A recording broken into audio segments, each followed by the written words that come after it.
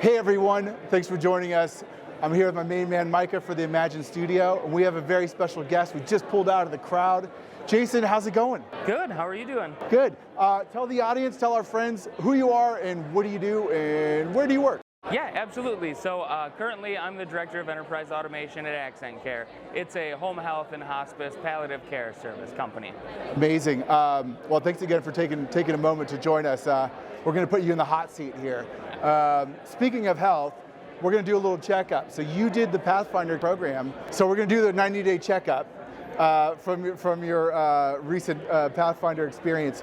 So one of the things I know that you guys did was the promotion engagement portion of the program. And so just wanted to check in on that and see, what has, over the past 90 days, is it too soon to tell, or what did you learn and what have you been applying over the last 90 days?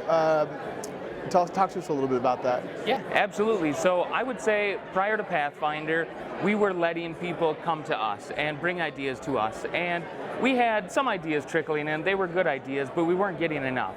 And so once we found the value of promotion and marketing, we were able to highlight our successes, highlight some of the capabilities we have in automation, and honestly, people started coming out of the woodwork. We were able to knock out a couple projects, and then they came back for even more help. So honestly, it's been great. Oh, that's I love awesome. That's awesome, because if you listen to what he's talking about, that means that they had some struggles with pipeline, right? And they knew that a symptom of that means that we're not doing well with promotion and engagement.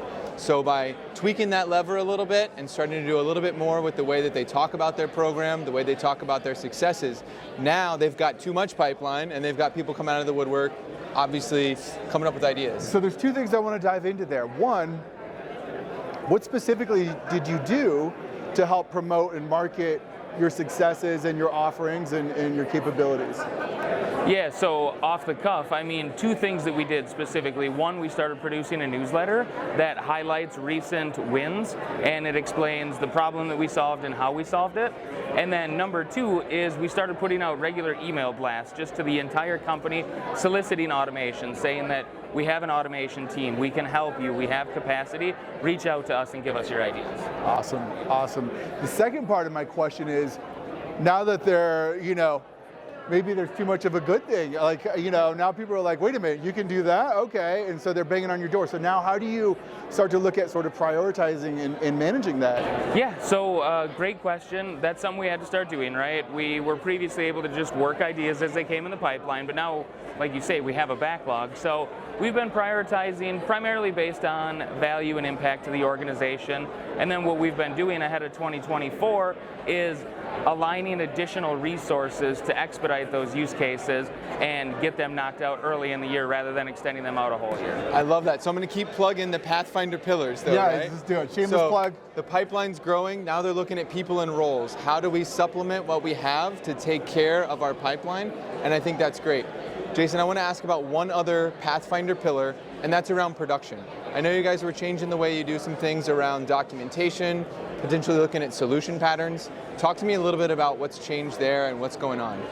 Yeah, definitely. So when we started, we were really doing the institutional knowledge role model where developers were the experts and they knew everything about a specific bot.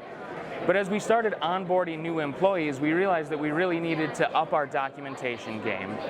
So we started leveraging ServiceNow's knowledge base application to our PDDs, our SDDs, our runbooks.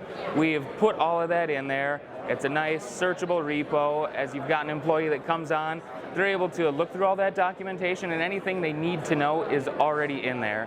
You can update it as you make changes, and really it takes everything out of somebody's head and it puts it down on paper for everybody to know. I love that. So not only are they helping with onboarding new people, but they're also providing support for support, right? So what we mean by that is when there is an issue with an automation or something has failed, people know exactly where to go to find the runbook, to find the documentation, to know what could be the possible solution and how they remedy it. Yeah. That's all awesome stuff.